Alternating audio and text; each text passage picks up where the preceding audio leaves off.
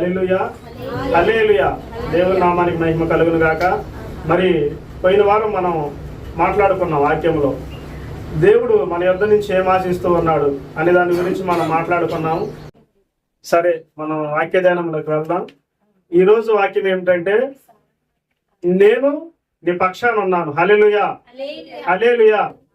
ముందుగా ఈ ప్రభు కృప మినిస్ట్రీస్ తరపున ప్రభు పేరట మీ అందరికీ నా హృదయపూర్వకమైనటువంటి వందనాలు తెలియజేసుకుంటాను. అందరికీ వందనాలు, చిన్నలకు పెద్దలకు అందరికీ నా హృదయపూర్వకమైన వందనాలు. ఈ దినమున మన అంశం ఏమిటంటే, నేను నీ పక్షాన ఉన్నాను అని మరి దేవాది దేవుడు చెప్తూ ఉన్నాడు. దేవుడు ఎవరి పక్షాన ఉన్నాడు? దేవుడు వారి పక్షాన ఉంటే వారికి జరిగే కార్యాలు ఏమిటి, ఆయన ఏమి చేయగలడు, వారి పక్షాన ఉండి ఆయన ఏమి చేయగలడు అనేది మనం కొద్దిసేపట్లో ఒక 2-3 పాయింట్స్ కానీ 3 పాయింట్స్ కానీ మనం చెప్పుకొని ఒక వాక్యాన్ని మనం ముగిద్దాం. దేవుడు ఎవరి పక్షాన ఉంటే ఏం కార్యాలు జరుగుతాయి అనే దాని గురించి ఈ రోజున మరి మనం మాట్లాడుకోబోతున్నాం. దేవుని నామానికి మహిమ కలుగును గాక. హల్లెలూయా. మాకు అంశం నచ్చిందన్న వాళ్ళు స్తోత్రాలు చెప్తారా? స్తోత్రం స్తోత్రం స్తోత్రం. హల్లెలూయా. దేవుడు మన పక్షాన ఉన్నాడు అనుకోండి, లోకంలో ఎవరు మన పక్షాన ఉందా లేకపోయినా కూడా పర్లేదు. ఎందుకనంటే లోకాన్ని సృష్టించినటువంటి దేవుడు, ఆయనకు అసాధ్యమైనది ఏది లేదు కనుక ఆయన మన పక్షాన ఆయన ఒక్కడు ఉంటే చాలు. మన పక్షాన 10,000 మంది ఉన్నట్లే. హల్లెలూయా హల్లెలూయా. అంత జీవం కలిగిన దేవుడు, అంత శక్తి గల దేవుడు కనుక ఆయన మన పక్షాన ఉంటే ఆయన ఏం చేయగలడు? లోకంలో చేయలేనటువంటి కార్యాలు కూడా ఆయన చేయగలడు. అవేంటో మనం 4-5 పాయింట్స్ మనం నేర్చుకొని, ఒక ఉదాహరణగా ఒక వ్యక్తిని పరిచయం చేస్తాను, బైబిల్లో ఉన్న వ్యక్తిని. మనం ఈ యొక్క వాక్యాన్ని మనం ముగించుకోవచ్చు. చూద్దాం. యెహెజ్కేలు గ్రంథము 36వ అధ్యాయంలో మనకి ఈ యొక్క మాట కనబడుతూ ఉన్నది. యెహెజ్కేలు గ్రంథము 36వ అధ్యాయము 9వ వచనం. నేను మీ పక్షమునున్నాను, నేను మీ తట్టు తిరుగగా మీరు దున్నబడి విత్తబడుదురు, మీ మీద మానవ జాతిని అనగా ఇశ్రాయేలీయులందరినీ విస్తరింప చేసేదను. నా పట్టణములకు నివాసులు వత్తురు, పాడైపోయిన పట్టణములు మరలా కట్టబడును. మీ మీద మనుషులను పశువులను విస్తరింప చేసేదను. అవి విస్తరించి అభివృద్ధి పొంది పూర్వం ఉన్నట్టు మిమ్మును నివాస స్థలముగా చేసి మునుపటి కంటే అధికమైన మేలు మీకు కలుగ చేసేదను.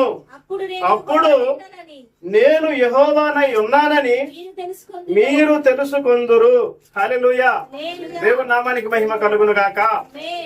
దేవుడు మన పక్షాన ఉంటే ఇక్కడ ఎన్ని కనపడుతున్నాయి మనకి? దేవుడు మన పక్షాన ఉన్నట్లయితే ఇవన్నీ కూడా మన జీవితంలో జరిగిస్తాడు దేవుడు. హల్లెలూయా హల్లెలూయా.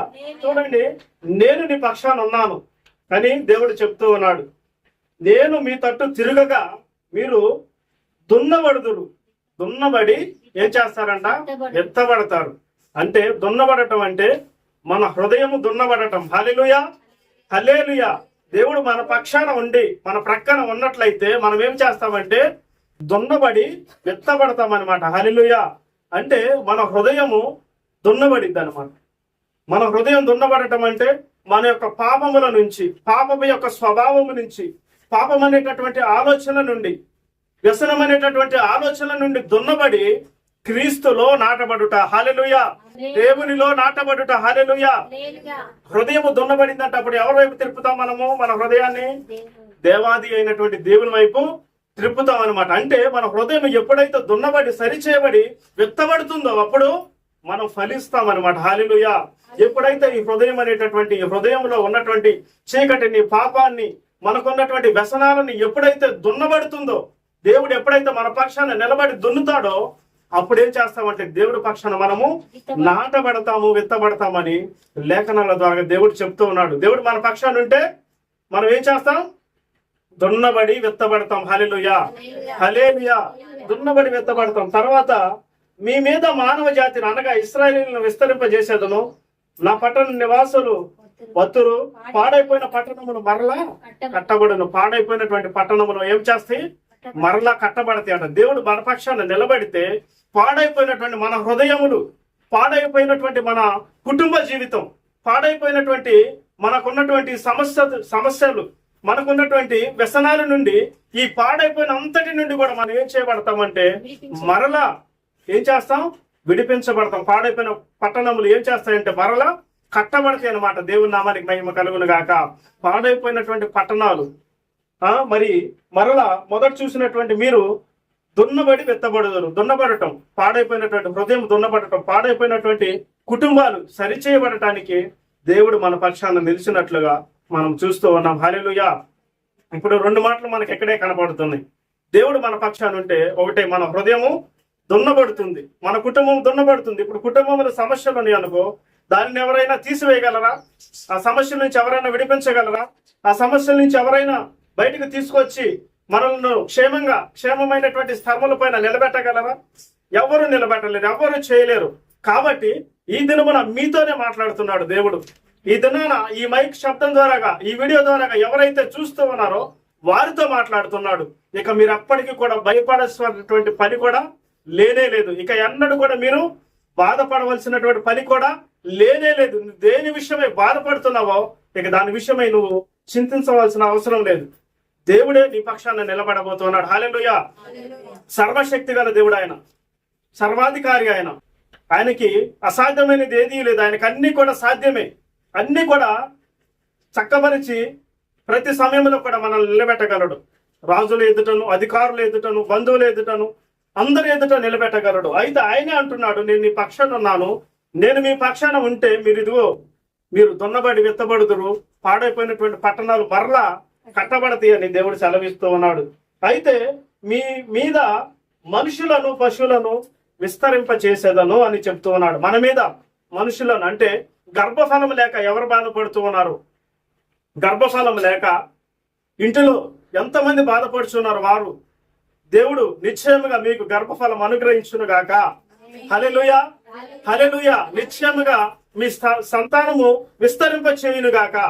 హల్లెలూయా, హల్లెలూయా. మీ మీద మనుషులను పశువులను విస్తరింప చేసేదను అంటే, ఇప్పుడు మీకు సపోజ్ ఒక 2 మందలు ఉన్నాయి అనుకోండి, పశువుల మందలు, గొర్రె లేకపోతే మీరు ఇక్కడ ఎక్కువ అవి ఉంటాయి కదా, గేదెలు ఉన్నాయి అనుకోండి. దానిని ఏం చేస్తాడంటే దేవుడు దానికి క్షేమాన్ని అనుగ్రహించి మరలా ఇంకా విస్తరింప చేస్తాడు. దాని ద్వారాగా మరలా పశువులు ఇంకా రావటం, ఇంకా అభివృద్ధి చెందటం, అట్లా దేవుడు చేస్తూ ఉంటాడు. మీ మీద ఏం చేస్తాడు? పశువులను మనుషులను విస్తరింప చేయగలడు. ఎవరు? ఆయన మన పక్షాన ఉంటే. హల్లెలూయా. విస్తరింప చేసి అభివృద్ధి నందును పూర్వం ఉన్నట్లు మిమ్మును నివాస స్థలముగా చేసి మునిపటి కంటే అధికమైన మేలు. హల్లెలూయా. మునిపటి కంటే అధికమైన మేలుతో దేవుడు మిమ్మల్ని నింపును గాక. దేవుడు మిమ్మల్ని ఆశీర్వదించును గాక. దేవుడు మీ కుటుంబములను విస్తరింప చేయును గాక. మీ పశువుల మందను, మీ గర్భఫలములను దేవుడు ఫలింప చేయును గాక. హల్లెలూయా, హల్లెలూయా. అయితే దేవుడు మన పక్షాన ఉన్నాడు కాబట్టి ఇన్ని కార్యాలు, ఒకటి గర్భఫలం తెరవబడటం, పశువులు మందలు విస్తరింప చేయటం, మరలా మనం దున్నబడి విత్తబడటం, ఇవన్నీ కూడా దేవుడు మన పక్షాన ఉన్నట్లయితే ఆయన సమర్థుడు, చేయగలిగినటువంటి శక్తి ఆయనకు ఉన్నది కనుక ఆయన చేయగలడు. హల్లెలూయా. మీరు నమ్మి విశ్వసించినట్లయితే ఈ దినమునే మీరు దానిని పొందుకొనబోతూ ఉన్నారు. హల్లెలూయా. ఎంతమందికి మీలో అధికమైన మేలును చూడాలని అన్నది? ఎంతమందికి? ఈ చేతులు ఎత్తిన వారందరినీ దేవుడు అధికమైన మేలు చేత నింపును గాక, విస్తరింప చేయును గాక. మీరు కనులారా చూచుదురు గాక. దేవుని కార్యాలు మీరు కనులారా చూసి చెవులారా విని సాక్ష్యం ఇచ్చుదురు గాక. హల్లెలూయా. కాబట్టి ప్రియులారా, అలాగే నా జీవితంలో కూడా దేవుడు నా పక్షాన ఉన్నప్పుడు మరి ఆయన ఏం చేస్తున్నాడో ఒక చిన్న సాక్ష్యంగా పంచుకోవాలని ఈ వాక్యం ద్వారా నేను ఆశపడుతూ ఉన్నాను. దేవుడు ఎందుకు ప్రేరేపిస్తూ ఉన్నాడు. అయితే దేవుడు మన పక్షాన ఉంటే, ఇప్పుడు నేను ఇన్ని చెప్పాను, ఒక 4-5 పాయింట్లు చెప్పాను. అయితే దేవుడు ఒకనొక దినమున నా పక్షాన కూడా ఉన్నాడు. అది నాకు జ్ఞాపకం వస్తూ ఉన్నది. నేను మార్చి నెలలో 27, 28, 29 తారీఖుల్లో 72 గంటలు 2023లో 72 గంటలు ఫాస్టింగ్ ప్రేయర్లో ఉన్నా. 72 గంటలు అంటే మంచినీళ్ళు తాగుతాను, ఎప్పుడన్నా బాగా ఆకలి అనిపిస్తే టీ కూడా తాగుతాను. ఎందుకనంటే మనం దేవుని సన్నిధిలో నిజమే మాట్లాడుకోవాలి. కాబట్టి 72 గంటలు ఫుల్ ఫాస్టింగ్ అనమాట. 3 days పగలు నైట్ ఇంకెవ్వరి ముఖం కూడా చూడకుండా ఇలాగే కట్టను కట్టుకొని పిల్లల్ని కానీ నా భార్యని కానీ ఎవరిని రానియను, ప్రార్థనలోనే ఉంటా.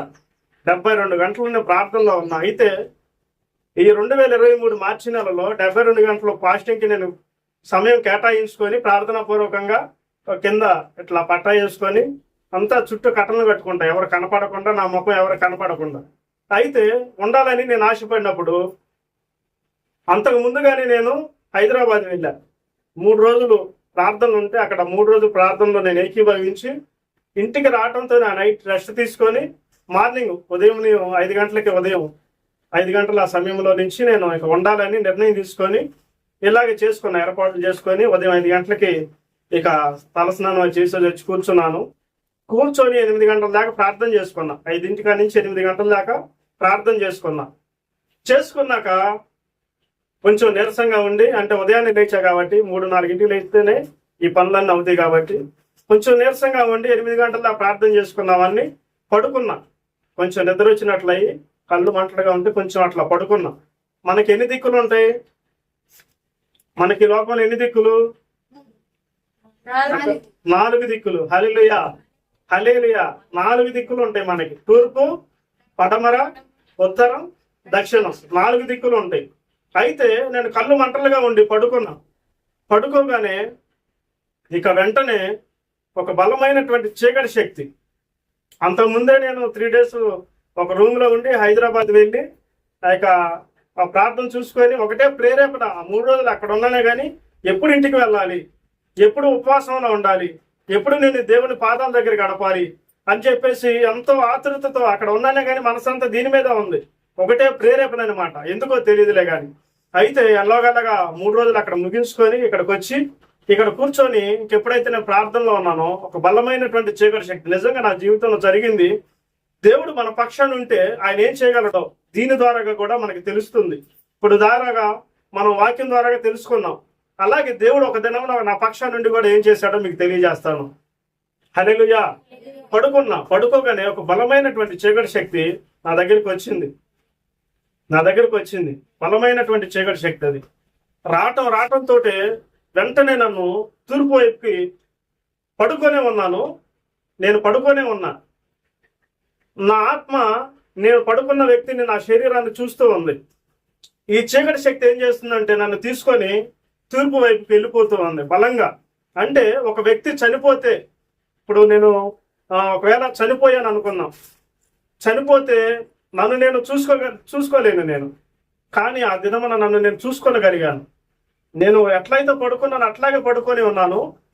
నా ఆత్మను మాత్రం తీసుకొని, నా శరీరం అక్కడ పడేసింది, నా ఆత్మను మాత్రం తీసుకొని తూర్పు వైపు వెళ్తూ ఉంది. అయితే నేను అనేకమైనటువంటి దేవుని దర్శనాలు, దేవుని ఆత్మ వస్తే ఏ విధంగా ఉంటుందో, దేవుని దర్శనాలు, దేవుని ఆత్మ వస్తే ఎలా ఉంటుందో, దేవుని అభిషేకం ఏంటో అవన్నీ కూడా నాకు తెలుసు. దేవుని శక్తి చేత, దేవుని ఆత్మ చేత నింపబడినటువంటి వ్యక్తిని నేను. దేవుడు ఏ విధంగా మాట్లాడతాడు, ఏ విధంగా అభిషేకిస్తాడు, ఏ విధంగా ఆయన స్వస్థపరుస్తాడు, ఏ విధంగా కళలు దర్శనములు కలుస్తాయో నాకు అవన్నీ కూడా తెలుసు. ఎందుకంటే అవన్నీ అనుభవించిన దేవుని ఆత్మ నా మీదకి దిగి వచ్చినప్పుడు నేను 3 రకాలుగా అనుభవించా. ఒకటి, వాటర్ బాటిల్లో నీళ్లు పోసి తొలికినట్లుగా మన తలపై నుంచి దేవుని యొక్క ఆత్మ అనేది ఇట్లా దిగుతూ ఉంటుంది అరిపాదం వరకు కూడా. నీళ్లతో అభిషేకిస్తాడు ఆయన, అగ్నితో అభిషేకిస్తాడు ఆయన. 2, అగ్నితో నీళ్లతో అభిషేకిస్తాడు. దేవుని ఆత్మ మనలో తాకినప్పుడు ప్రార్థనలో ఉంటాం. దేవుని ఆత్మ బాగా ప్రార్థనలో ఉన్నప్పుడు ఆయన మన దగ్గరకు వస్తాడు. హల్లెలూయా. రిఖబా రిషాల ఆయన మన వద్దకి వచ్చినప్పుడు జస్ట్ ఏమి లేదండి, మనల్ని అలా ముడతాడు అంతే. ఎవరు ముట్టేది? యేసుక్రీస్తు ప్రభు, సర్వశక్తి గల దేవుడు, ప్రార్థన ఆలకించువాడు. ఆయన ముట్టగానే మనం ఏమవుతామంటే వెంటనే బలమైనటువంటి శక్తి మన శరీరంలోనికి 1000 ఏనుగులు వచ్చినట్లుగా. ఇప్పుడు ఈ ఇల్లు ఉందనుకోండి, సపోజ్ చెప్తున్న ఉదాహరణకి, ఈ ఇల్లు ఉందంటే దేవుని శక్తి చేత నింపబడిన వారు ఎలా ఉంటారో తెలుసా? ఈ ఇల్లు ఉందంటే జస్ట్ ఒక చిటికిన వేలుతో అట్లంటే మనం ఏ క్రేన్లు తేనవసరం లేదు. జస్ట్ అట్లా చిటికిన వేలుతో అట్లంటే ఈ యొక్క పునాదులతో సహా పడిపోతుంది ఈ ఇల్లు. అంత శక్తిని దేవుడు అనుగ్రహిస్తాడు. ఎందుకనంటే నేను దేవుని యొక్క ప్రార్థనలో ఉన్నప్పుడు ఆయన ఆత్మ ఏ విధంగా దిగి వస్తుందో తెలుసు కాబట్టి మీకు వివరిస్తున్నా. అంత శక్తితో ఆయన దిగి వస్తాడు. ఆయన ఒకసారి నేను ప్రార్థనలో ఉన్నప్పుడు నన్ను నా వెనక వీపు పైన తన హస్తాన్ని పెట్టాడు, గాయపడినటువంటి హస్తాన్ని. కూర్చున్నటువంటి నేను ఒక్కసారిగా పైకి లేచి నిలబడ్డా. ఇక తర్వాత ఏమైందో నాకు తెలియదు. పైకి లేచి నిలబడ్డా. దేవుని శక్తి ఈ తాగితే ఏముంటుందో మీకు తెలుసా? వెంటనే నేను లేచి నిలబడ్డా. నిలబడినప్పుడు ఇక నా ఎదుటికి ఏమొచ్చింది అంటే, మధ్యరాత్రి సపోజ్ ఉదయం 3 గంటల సమయంలో నేను ప్రార్థనకు లేచి ప్రార్థన చేసుకుంటూ ఉన్నాను. ఇక దేవుని యొక్క హస్తము ఎప్పుడైతే నా వీపైకి వచ్చిందో, ఇక వెంటనే ఆయన హస్తం నా వీపైన పెట్టడము, నా ఎదుటికి వెంటనే ఈమె రావటం, నా ఎదుట ఆ శక్తికి తట్టుకోలేక ఈమె తెలియకుండానే పడిపోయింది. వెల్లికలకి ఇట్లా పడిపోయింది మా ఇంట్లోనే. కానీ నాకు ఈ విషయాలు ఏమి తెలియదు. ఎందుకంటే దేవుని ఆత్మతో నింపబడి ఉన్నాను కనుక ఆమె ఆ దేవుని యొక్క ఆత్మ ఎదుట నిలబడలేక పడిపోయింది. మానవ శరీరం గనుక పడిపోయింది తట్టుకోలేక. అయితే దేవుడిది ఈ రకంగా కళల ద్వారా, దర్శనముల ద్వారాగా, తన ఆత్మతో నింపటం ద్వారాగా, తానే వచ్చి స్వయంగా మనల్ని ముట్టడం ద్వారాగా మనకి తెలుస్తుంది దేవుని ఆత్మ. ఆ దినాన నేను అంటే ఆ సాతాను ఎప్పుడైతే నన్ను పడుకుని నా శరీరాన్ని అలా పండేసి నా ఆత్మను తీసుకుని వెళ్తూ ఉందో, నేను అప్పుడు అంటే సాతానాన్ని తెలియక ఏం చేస్తున్నానంటే దేవుడేమన్నా వచ్చి ఉన్నాడేమో మాట్లాడటానికి అని చెప్పేసి నేను తేటగా చాలా క్లారిటీగా తనతోనే వెళుతూ గమనిస్తూ ఉన్నా. అయితే దేవుని ఆత్మ ఎప్పుడు ఇలా రాదు కదా, ఎన్నోసార్లు నేను అనుభవించి ఉన్నాను కదా, మరి ఎందుకు ఇలా జరుగుతుందని చెప్పి చూస్తున్నప్పుడు నాకు అర్థమైంది ఇది ఖచ్చితంగా సాధారణ పనే కాదు. ఎట్టి పరిస్థితుల్లో దేవుని ఆత్మ అయితే ఇది కానే కాదని చెప్పేసి నేను ఇక దానితో పోరాడటం ప్రయత్నం చేస్తున్నా. ఎందుకనంటే నా శరీరం అక్కడ ఉంది, నా ఆత్మ వెళ్ళిపోతూ ఉంది. ఇక నేను దానితో పాటు వెళ్ళిపోతే నా కుటుంబము, నా మినిస్ట్రీ, నా ప్రార్థన జీవితము, నా పిల్లలు అంతా ఏముండదు, సమస్తం శూన్యమే. కాబట్టి నేను బ్రతకాలని దానితో పోరాడుతూ ఉన్నా. ఎవరితో పోరాడుతుంది? సాతానుతో పోరాడుతూ ఉన్నా. హల్లెలూయా. పోరాడుతూ ఉన్నా. ఎట్టకేలకి నేను మానవుని గనుక, దేవుని కుమారుని గనుక నేను తన చేతిలో తూర్పు వైపు తీసుకెళ్తూ ఉన్నప్పుడు ఓడిపోయి ఉన్నాను. అలాగే పడమర వైపుకు మరలా అంటే నా యొక్క ఆత్మ నా శరీరానికి మరలా వచ్చింది. ఎట్లకట్లా పోరాడి మరలా గెలవగలిగాను. మరలా నా ఆత్మ అనేది నా శరీరంలోనికి వచ్చింది. మరలా పడమర వైపుకు తీసుకొని వెళ్ళటం, మళ్ళీ కొద్దిసేపు ఆగి జస్ట్ ఒక 5 నిమిషాలు అట్లా ఆగటం, మరలా వచ్చి వెంటనే నేను ఆత్మను తీసుకొని మరలా పడమర వైపు అట్లాగా తూర్పు పడమర ఉత్తరం వైపు మరలా ఒక 5 నిమిషాలు ఆగి సేమ్ ఇదే పొజిషన్ అనమాట. మరలా ఒక 5 నిమిషాలు నా యొక్క శరీరంలోకి నా ఆత్మ రావటం, మరలా మరి పడమర ఉత్తరం దక్షిణం వైపు నాకు తీసుకొని వెళుతూ ఉంది. ఇక 4వ దిక్కు వైపు వెళుతూ ఉన్నప్పుడు అంటే 3 సార్లు ఇలాగే జరిగింది. నేను పడుకోవటం, నా ఆత్మ అనేది నా శరీరంలోనికి రావటం, ఒక 5 నిమిషాలు గ్యాప్ ఇచ్చి మరలా సాతాను రావటం, మరలా నన్ను నా యొక్క ఆత్మను తీసుకొని వెళ్ళటం. ఈ విధంగా 3 సార్లు ఎట్లాగట్లా పోరాడి నా యొక్క ఆత్మను నా శరీరంలో తెచ్చుకోగలిగాను. ఇక 4వసారి మరలా తీసుకొని వెళుతుంది. ఇక ఈ లోకములో దేవుని కంటే బలవంతుడు ఎవరైనా ఉన్నారంటే అది ఖచ్చితంగా సాతానే, దేవుని తర్వాత. కాబట్టి మనం మానవులం గనక దానితో ఎట్టి పరిస్థితుల్లో పోరాడలేము.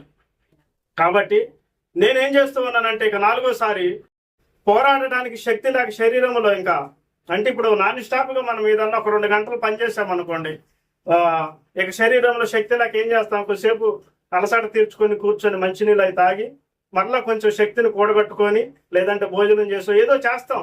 ఆ సమయంలో ఏకదాటిగా సాతానుగాడు నా పైన మరి ఏకదాటిగా చేస్తూనే ఉన్నాడు. ఇక చివరిసారిగా 4వసారి 4వ దిక్కు వైపు నాకు నన్ను తీసుకొని వెళ్ళాలని తాను వచ్చినప్పుడు నా శరీరంలో శక్తి లేదు, తీసుకొని వెళుతూ ఉన్నాడు. నా శరీరంలో ఇంకా శక్తి లేదు, ఎంత మాత్రం శక్తి లేదు. అయితే నేను ఆ సాతాను చేతుల్లో ఓడిపోయి నా ఆత్మను ఆ సాతాను చేతికి అప్పగించి ఇక వెళ్ళిపోతూ ఉన్నాను. ఇప్పుడు నేను అక్కడ ఉంది నా యొక్క శరీరం మాత్రమే, నేను చనిపోయినట్టే లెక్క, ఓడిపోయా. నా ఆత్మను సాతాను చేతికి అప్పగించేశా. ఇక వెళుతూ ఉన్నప్పుడు ఈమె అప్పుడే వచ్చి నా కటను పక్కన ఎట్లాగే ఇదే కటను, నేను అక్కడ కట్టుకునేది కూడా ఇదే, ఎవరు కనపడకుండా దీని ప్రక్కన ఏదో పని చేసుకొని వచ్చి పడుకుంది. అప్పుడే సాతాను కూడా వచ్చి దాడి చేసి తీసుకొని వెళ్తూ ఉన్నాడు. వెళుతూ ఉన్నప్పుడు నా బాడీ నేను చూసుకోగలిగాను, నా ఆత్మ.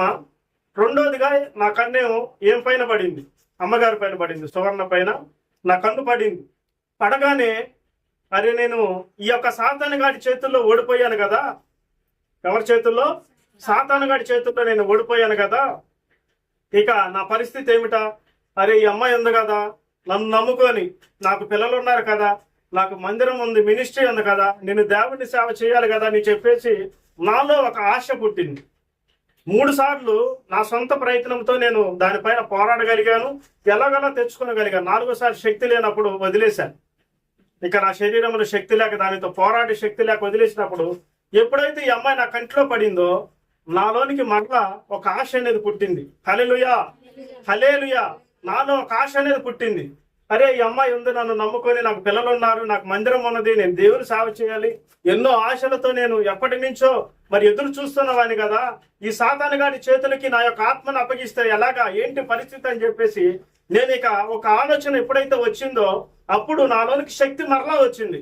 ఎందుకనంటే వీళ్ళని నేను విడిచిపెట్టి వెళ్ళలేను, అనుకున్న పనులు ఏమీ జరగలేదు, ఈ సాతాను గారికి నా ఆత్మని నేను ఎందుకు అప్పగించాలని చెప్పేసి ఎప్పుడైతే ఆలోచన వచ్చిందో ఈ అమ్మాయిని చూడగానే వెంటనే నేను అన్నాను, రే సాతానుగా ఎవరు అనుకుంటున్నావురా నన్ను నువ్వు?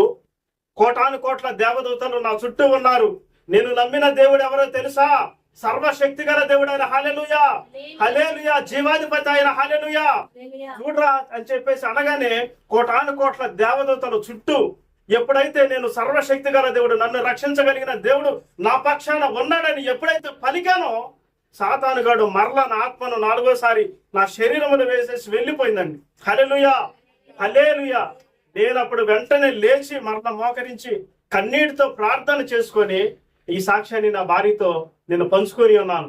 ఎప్పుడైతే కోటాను కోట్ల దేవదూతలు నాకు తోడుగా ఉన్నారు, నేను నమ్మిన దేవుడు సర్వశక్తి గల దేవుడని ఎప్పుడైతే నేను పలికానో వెంటనే సర్వాధికారి అయినటువంటి దేవుడు నా పక్షాన నిలిచి, హల్లెలూయా, నా పక్షాన, నా కుటుంబం పక్షాన నిలిచి గొప్ప కార్యము చేసి ఉన్నాడు. హల్లెలూయా.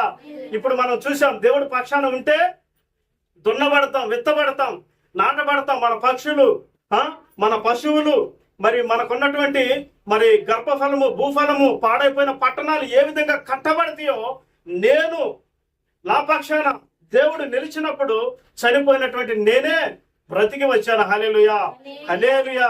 చనిపోయినటువంటి నేను బ్రతికాను, చనిపోయా, నా డెడ్ బాడీ నేను చూసుకున్నాను. 3 దిక్కుల నుంచి పోరాడడానికి శక్తి ఉందలే కానీ పోరాడగలిగాను. 4వ దిక్కున ఎప్పుడైతే నాకు శక్తి లేక మరి సాతాను చేతులకు నా ఆత్మను అప్పగించుకున్నాను, మరి అప్పుడే తాను తీసుకొని వెళుతూ ఉండటం, ఈ అమ్మాయి నాకు కంటపడటం, మరలా దేవుని యొక్క శక్తి నాకు జ్ఞాపకం రావటం, కోటాను కోట్ల దేవదూత నా చుట్టూ ఉన్నారా చూడరా అనగానే అప్పుడు సాతాను, అప్పుడు ఎవరు పోరాడాడు సాతానుతో? దేవుడు పోరాడి నా ఆత్మను నాకు అప్పగించాడు. హల్లెలూయా. ఈ దినాన ఆ దేవుణ్ణి మీకు ప్రకటిస్తూ ఉన్నాను, ఈ దినాన ఆ దేవుణ్ణి మీకు పరిచయం చేస్తూ ఉన్నాను. నా పక్షాన నిలిచి నన్ను మరి గెలిపించినటువంటి దేవుడు, నా పక్షాన నిలిచి నాకు మరణము నుండి జీవములోనికి నడిపించినటువంటి దేవుడు ఈ దినాన మిమ్మల్ని కూడా నడిపించును గాక. మీకున్నటువంటి ప్రతి కీడు తొలగిపోవును గాక. మీ పైన పనిచేస్తున్నటువంటి ప్రతి సాతాను బంధకాలు యేసు నామములో తెంచబడును గాక. హల్లెలూయా. ఈ దినమున సజీవుడనై మరి బయటపడి మీ ఎదుట ఒక సాక్షిగా నిలబడగలిగానంటే ఆ దేవుడు నాకు ఆ రోజున ఇచ్చినటువంటి కృపయే. హల్లెలూయా. నా దేవుడు ఆ దినమున నాకు అనుగ్రహించినటువంటి ప్రేమే నన్ను నా పక్షాన నిలిచేటట్లుగా ఒక ఆశను నాలో కలిగించి నన్ను, నా కుటుంబాన్ని, నా పిల్లలందరినీ జ్ఞాపకం చేసి ఎప్పుడైతే జ్ఞాపకం చేసి ఉన్నాడు అప్పుడే నేను అన్నాను, అప్పుడు నా పక్షాన దేవుడు ఏం చేశాడు? సాతానుపై పోరాడాడు. హల్లెలూయా. నా పక్షాన దేవుడు ఏం చేశాడు? ఆ రోజు సాతానుపై పోరాడి నాకు విజయాన్ని అనుగ్రహించి ఆయన కుమారునిగా నన్ను, నా కుటుంబాన్ని చేర్చుకున్నాడు. హల్లెలూయా, హల్లెలూయా. దేవుడు మన పక్షాన ఉంటే మరణ పడకల నుంచి కూడా దేవుడు మనలను తప్పించగలడు. హల్లెలూయా. మరణ పడకల నుంచి కూడా దేవుడు మనలను లేవనెత్తగలడు. హల్లెలూయా. మన పాడైపోయిన పట్టణాలు ఏమవుతాయి? మరలా కట్టబడతాయి. హల్లెలూయా. పాడైపోయిన మన జీవితాలు, మన హృదయాలు ఏమవుతాయి? మరలా కట్టబడతాయి. హల్లెలూయా. దేవుడు మన పక్షాన్ని ఈ విధంగా కార్యాలు చేయగలడండి. అందుకని ఒక సాక్షిగా నేను మీ ఎదుట ఈ దినాన్ని నిలబడ్డాను. ఆ రోజు గనక దేవుడు నా పక్షాన్ని లేకపోతే నేను ఈ దినాన్ని మీ ఎదుట సజీవుడనై ఉండేవాడిని కాదు. నా కుటుంబం ఏమయ్యేదో ఇక దేవుని చేతి అంటే ఆయన నిర్మించుకున్నాడు కనుక నేనున్నా లేకపోయినా నా బాధ్యత, నేను స్థానంలో ఉన్నాడు చేయవలసిన బాధ్యత దేవుడే నా కుటుంబం పట్ల, నా పిల్లల పట్ల ఉండి ఒకవేళ చేసేవాడేమో. కానీ దేవుడు నా పక్షాన ఆ దినాన్ని నిలిచి నాకు విజయాన్ని అనుగ్రహించాడు కాబట్టి ఈ దినాన ఇక్కడికి ఈ డోర్నకల్ రాగలిగాను, మీ ఎదుట సాక్షిగా నిలబడగలిగాను. హల్లెలూయా. అలాగే చూద్దాం ప్రియులారా, ఒక అరగంట మిమ్మల్ని కలిసి మీతో మాట్లాడి నా జీవితంలో చేసిన కార్యాలు మీ జీవితంలో కూడా దేవుడు చేస్తాడు కనుక మీకు తెలియజేయాలని మేము ఎంతో ఆశతో వస్తున్నాం, ఎంతో ఖర్చు పెట్టుకొని. ఎవరిని కూడా మేము ఇంతవరకు 10 రూపాయలని అడిగానక దేవుని కోసమే ఇంత ఈ విధంగా చేయగలడు కాబట్టి మీకు కూడా తెలియజేద్దామని నేను వస్తున్నా. కాబట్టి నువ్వు ఒక్కదానే మాట శ్రద్ధగా వినట్లేదమ్మా, కొంచెం విను. మరలా నేను వారానికి వస్తా, దేవుని మాటను తీసుకొని మరలా అప్పుడు ఒక అరగంట సేపు నువ్వు మైండ్ పెట్టావని చాలు, మంచి ఆరోగ్యం ఇస్తాడు. జనముల వలన 15వ వచనం, హెజ్కేలు గ్రంథము 36వ అధ్యాయం 15వ వచనం. నిన్ను గూర్చి మధ్యలో నుంచి అమ్మ, జనుల వలన కలుగు అవమానము నీవిక భరింపవు, నీవు నీ జనులను పుత్రహీనులుగా చేయకయుందువు. ఇదే ప్రభువు యెహోవాకు. ఇక నీవు ఏమంటున్నాడు ఇక్కడ దేవుడు? జనముల వలన కలుగు అవమానమును మనం ఇక భరించమంట. హల్లెలూయా. దేవుడు మన పక్షాన ఉంటే జనముల వలన కలిగేటటువంటి అవమానము అంటే, ఇప్పుడు మనము నిందలు లోకంలో వారు చాలా సింపుల్ గా మన మీద నెట్టేస్తా ఉంటారు.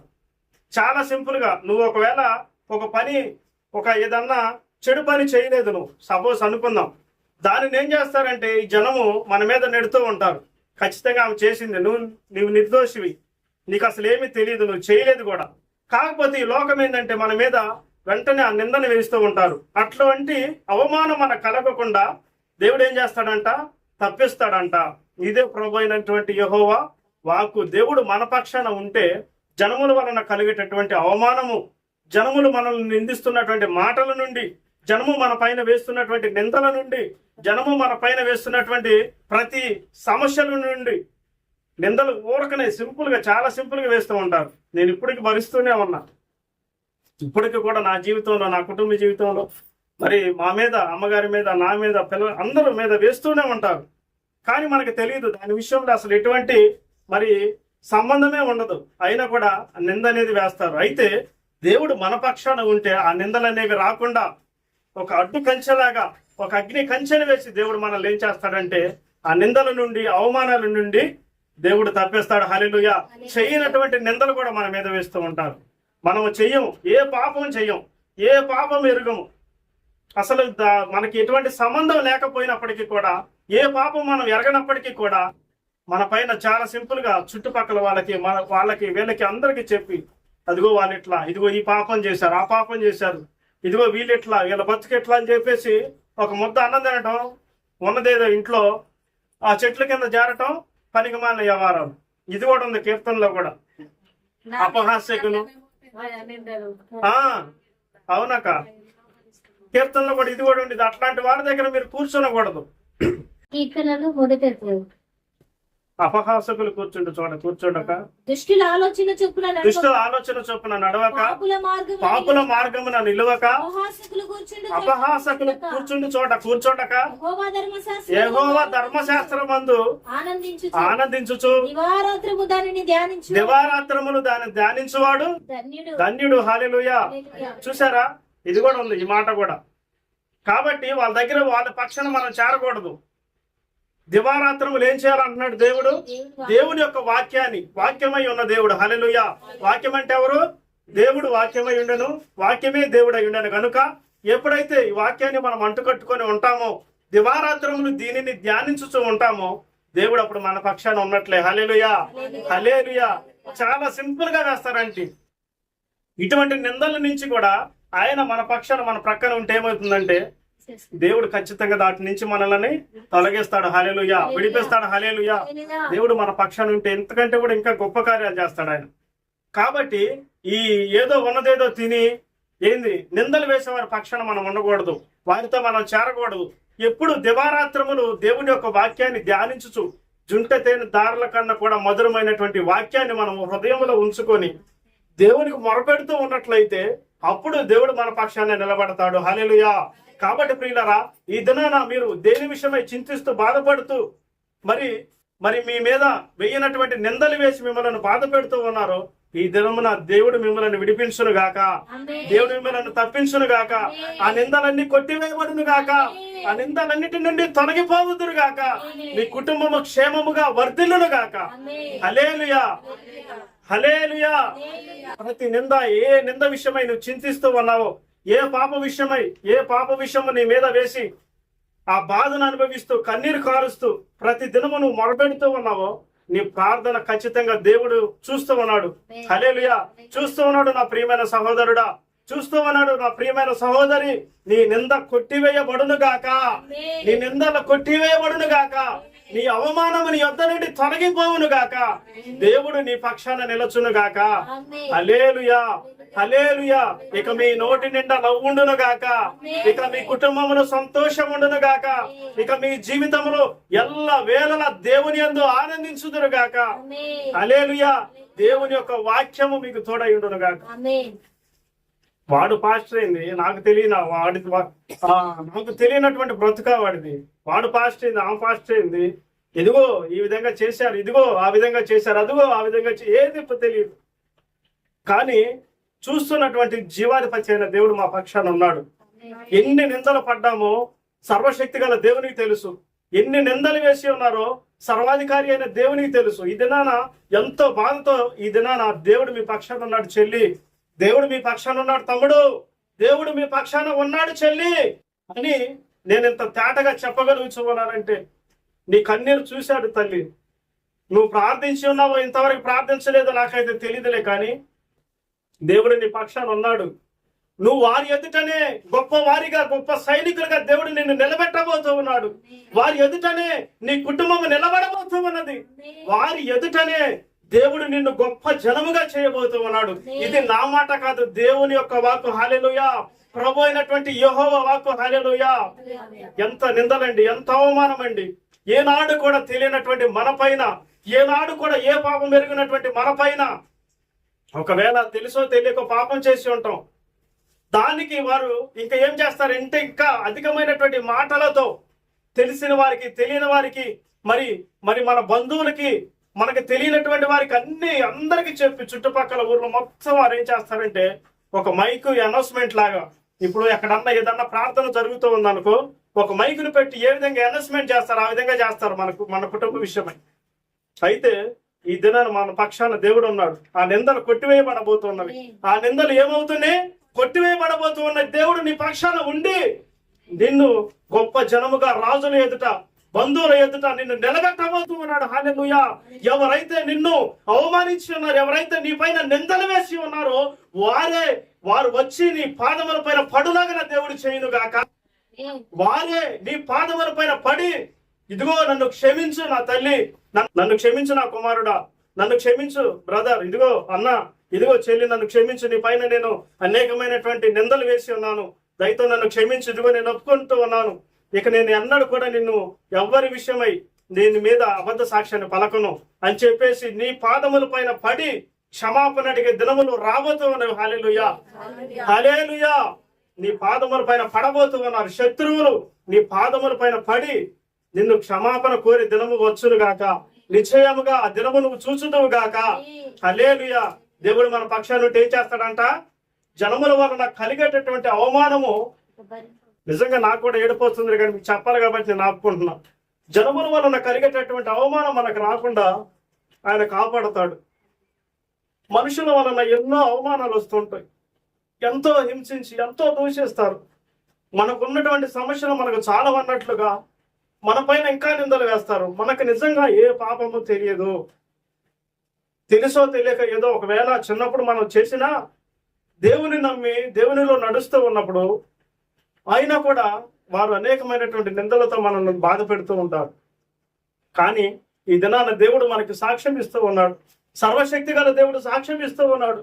జీవాధిపతి అయిన దేవుడు అంటున్నాడు, అరే నా కుమారుడా, ఇదిగో నా చెల్లి, ఇదిగో అమ్మా, నేను ఈ పక్షాన ఉన్నాను, ఇక ఎన్నడూ కూడా ఈ అవమానమును నువ్వు అందవు, నేను నీ పక్షాన నీ ప్రక్క నిలబడుతూ ఉన్నాను అని చెప్పేసి దేవుడి దినమున మనతో మాట్లాడుతూ ఉన్నాడు.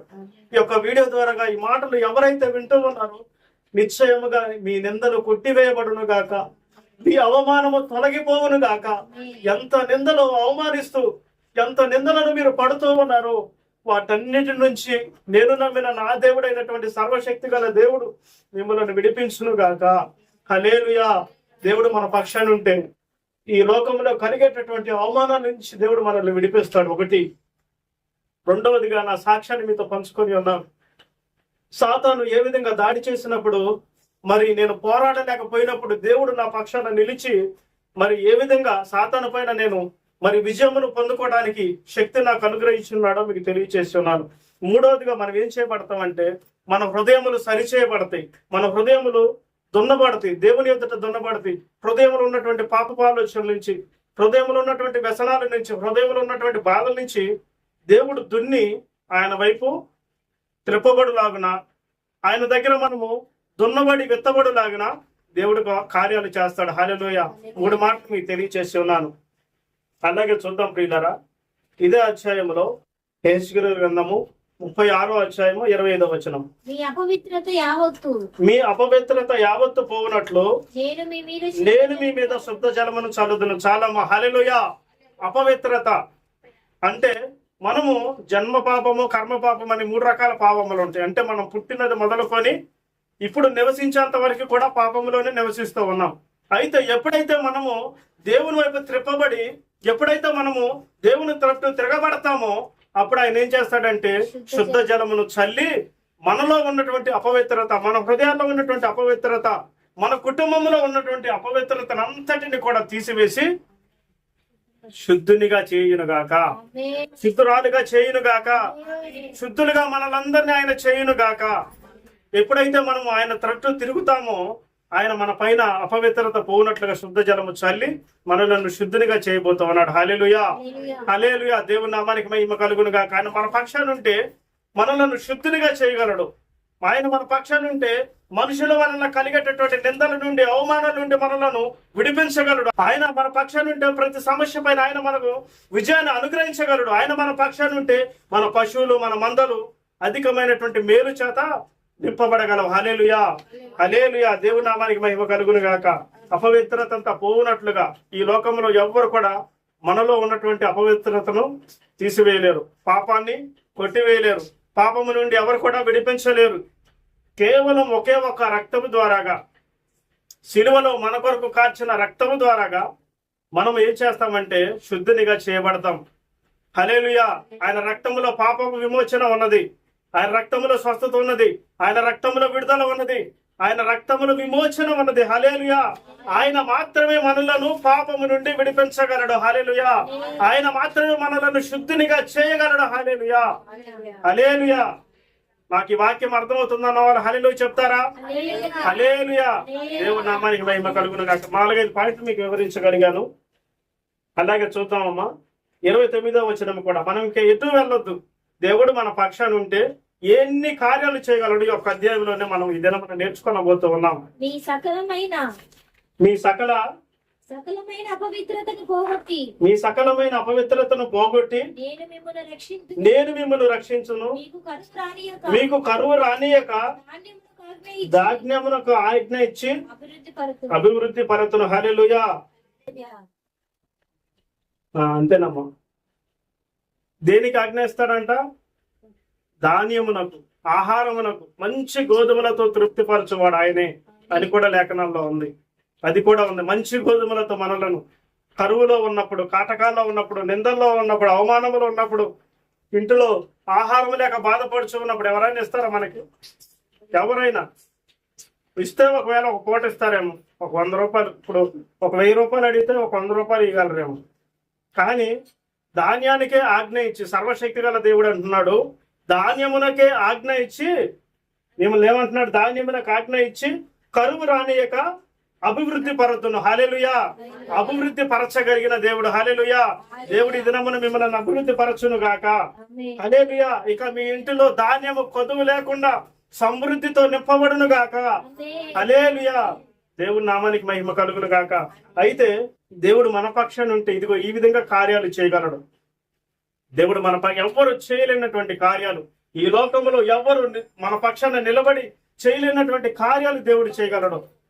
కాబట్టి ప్రియులారా, దేవుని వైపు ఇంతకాలం ఒకవేళ నువ్వు లేవేమో, దేవుని పక్షాన ఎంతవరకు నీవు లేవేమో, దేవునితో నువ్వు నడవలేదేమో, దేవుని పక్కన నువ్వు లేవేమో, దేవునికి ఇంతకాలం నువ్వు మొరపెట్టడం లేదేమో, ఒకవేళ దేవుని విడిచిపెట్టి నువ్వు బ్రతుకుతున్నావేమో, ఒకవేళ దేవుని చేతిని విడిచిపెట్టి నీ ఇష్టానురాజ్యంగా నువ్వు వెళుతూ ఉన్నావేమో, ఇకనైనా ఈ వాక్యమును బట్టి నువ్వు వెనుదిరిగి దేవుని యొక్క హస్తమును పట్టుకున్నట్లయితే, నీ యొక్క జీవితమును దేవునికి సమర్పించుకున్నట్లయితే, ప్రభువా ఇదిగో నా పక్షాన ఉంటే ఈ విధంగా నువ్వు కార్యములు చేయగలవంట కదా, నా పక్షాన నిలబడితే ఇదిగో ఈ విధంగా నేను అభివృద్ధి పరచగలను, ఈ విధంగా చేయగలను, ఈ విధంగా నువ్వు నిలబడినట్లయితే ఇదిగో నా కుటుంబం ఆశీర్వదించబడుతుంది నా ప్రభుని కనుక నువ్వు మొరపెట్టినట్లయితే, ఈ దినాన్ని ఒకవేళ దేవుడు నీ పక్షాన నీ ప్రక్కన లేకపోయినప్పటికీ కూడా ఈ దినం నీతో పాటుగా రాబోతూ ఉన్నాడు. హల్లెలూయా. నీ మొరను విని నీ పక్షాన నిలబడబోతూ ఉన్నాడు. హల్లెలూయా. ఎన్ని ఆశీర్వాదాలు అయితే ఇప్పటి వరకు మనం చూసి ఉన్నామో, చదివి ఉన్నామో, కనులారా చెవులారా విని చూసి ఉన్నాము, ఆశీర్వాదములన్నీ కూడా మీ కుటుంబాలలో జరుగును గాక. హల్లెలూయా. దేవుడు మన పక్షాన ఉంటే దున్నబడతాం, విత్తబడతాం, ధాన్యానికి ఆజ్ఞయించి దేవుడు అభివృద్ధి పరుస్తాడు, మన గర్భఫలాలు తెరవబడుతాయి, మన అపవిత్రత అంతా కూడా తొలగిపోతుంది, మనుషుల వల్ల కలిగేటటువంటి అవమానాలు నిందల నుంచి దేవుడు విడిపిస్తాడు. కాబట్టి ప్రియులారా, ఈ వాక్యమును బట్టి అయినా ఈ దినమున నేను ప్రకటిస్తున్నటువంటి దేవుడు సజీవుడు, ఆయన మాట్లాడే దేవుడు, దర్శించే దేవుడు, అభివృద్ధి పరిచే దేవుడు, దర్శనమిచ్చే దేవుడు. ఎందుకు ఇంత గట్టిగా చెబుతూ ఉన్నానంటే, ఇవన్నీ కూడా నేను ఇంత ముందుగానే చెప్పి ఉన్నాను, నా జీవితంలో నేను అనుభవించాను. నేను ఎక్కడికో లోకంలోకి వెళ్ళి ఎక్కడో జరిగిన శుద్ధిని మీకు తెలియచేయటంలా, నా జీవితంలో జరిగింది నేను చెప్తూ ఉన్నాడు. ఆయన మాట్లాడే దేవుడు, దర్శించే దేవుడు, కృప చూపే దేవుడు, ప్రాణాపాయంలో ఉన్నటువంటి మనలను తప్పించాను పక్షాన నిలబెట్టుకునే దేవుడు. ఒకవేళ మనం చేయి విడిచిపెట్టి వెళుతూ ఉన్నప్పటికీ కూడా మన చేతిని పట్టుకొని మరలా ఆయన వైపు త్రిప్పుకొని మనల్ని చంకబెట్టుకొని నిలబెట్టగలిగిన సమర్థుడు. అవమానాల నుండి, నిందల నుండి, హేళన నుండి ఇక నువ్వు చేయలేవు, ఇక నువ్వు బాగుపడలేవు, నీ కుటుంబం ఇంతే, నీ బతుకింతే, నీ సేవ జీవితం ఇంతేనని ఎవరైతే నిన్ను అవమానపరుస్తూ ఉన్నారో వారందరి ఎదుట, నిన్ను శత్రువుల ఎదుట యేసు నామమున నిన్ను నిలబెట్టును గాక. హల్లెలూయా. దేవుడు మన పక్షాన ఉంటే గొప్ప కార్యాలు చేసి చూపించగలడు. ఈ లోకంలో మన పక్షాన మన కుటుంబీకులు లేకపోవచ్చు, వదిలేసేయండి, బతిమాల్సిన పని వేయలేదు. ఒకవేళ మన పక్షాన మనకు తెలిసిన వారు లేకపోవచ్చు, వదిలేసేయండి, బతిమాలి పనే లేదు. దేవుని మాత్రం ఎల్లవేళలో మీరు విడిచిపెట్టవద్దు. చిన్నవాడిని ఆయన 2 చేతులు ఎత్తి మొరపెడుతున్నాను, మీకు 2 చేతులు ఎత్తి తెలియజేస్తున్నాను, దేవుని మాత్రం ఎట్టి పరిస్థితుల్లో మీకు మరణమే వచ్చినా కూడా దేవుని విడిచిపెట్టవద్దు. ఆ మరణం నుంచి తప్పించి కూడా దేవుడు నిన్ను సాక్షిగా నిలబెట్టుకొనగలడు. హల్లెలూయా. హల్లెలూయా. ఈ లోకంలో ఎన్నో శ్రమలు, ఎన్నో నిందలు, ఎన్నో అవమానాలు, ఎంతో హేళన, దేనినో మనం అనుభవిస్తూ ఉంటాం. అయితే దేని విషయమే చింతించవలసినటువంటి అవసరం కూడా లేదు. ఒకవేళ భర్త మారకపోతే నిన్ను మార్చి నీ ఎదుట నిలబెట్టగలడు. హల్లెలూయా. కుటుంబంలో శోధన ఉంటే ఆ శోధన నుండి తప్పించి నిన్ను నిలబెట్టగలడు. హల్లెలూయా. హల్లెలూయా. కుటుంబంలో ఉన్నటువంటి ప్రతి పరిస్థితుల నుంచి, ఒకవేళ కరువు చేత కుటుంబంలో ధనము లేక, ఒకవేళ అప్పుల చేత బాధపడుతూ ఉన్నట్లయితే వాటన్నిటి నుండి కూడా విడిపించి ధాన్యమునకు ఆజ్ఞ ఇచ్చి నిన్ను ఆయన సాక్షిగా నిలబెట్టుకొనగలడు. హల్లెలూయా. హల్లెలూయా. దానికి సాక్షి నేనే. ఒక ఉదాహరణ మీకు తెలియజేసి ఉన్నాను. సాతాను బంధకాల నుంచి ఏ విధంగా నన్ను విడిపించి ఆయన సాక్షిగా నిలబెట్టుకున్నాడో, నేను ప్రకటిస్తున్నటువంటి ఆ దేవుడే ఈ దినమున నిన్ను కూడా ఆయన సాక్షిగా నిలబెట్టుకొనును గాక. హల్లెలూయా. అయితే ప్రియులారా, ఈ దినమున మీకు నేను ఎన్ని పాయింట్లు తెలియజేసి ఉన్నాను ఒకసారి చూద్దాం. ప్రసంగం అయితే అయిపోలేదులే, కానీ మనం సమయం బట్టి మరలా వచ్చేవారం మాట్లాడుకుందాం. చూద్దాం ప్రియులారా. అయితే చిగురు పెట్టి ఫలించుట ఒకటి, దేవుడు మన పక్షాన ఉన్నాడు కాబట్టి పాడైపోయిన పట్టణాలు మరలా కట్టబడటం, మనుషులు పశువులు విస్తరింప చేయటం, మునుపటి కంటే అధికమైన చేత నింపబడటం, తర్వాత జనముల వలన కలుగు అవమానం నుండి దేవుడు మనల్ని విడిపించటం, మనలో అపవిత్రత పోవునట్లుగా శుద్ధ జలము చల్లటం. తర్వాత ఏం చదువుకున్నాం మనం అమ్మా? ధాన్యమునకు ఆజ్ఞ ఇచ్చి దేవుడు మనల్ని అభివృద్ధి పరుస్తాడు. ఎన్ని మాటలు? మొత్తం 6-7 మాటలు మనం ఈ దినాన్ని తెలియజేసుకున్నాం. కాబట్టి ఇంతవరకు ఒకవేళ నువ్వు దేవునికి మొరపెట్టకపోయి ఉండవచ్చు,